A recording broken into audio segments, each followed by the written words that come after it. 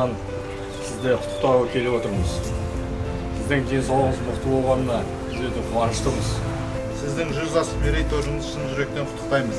Вам большое спасибо, что нас, стариков, не забываете.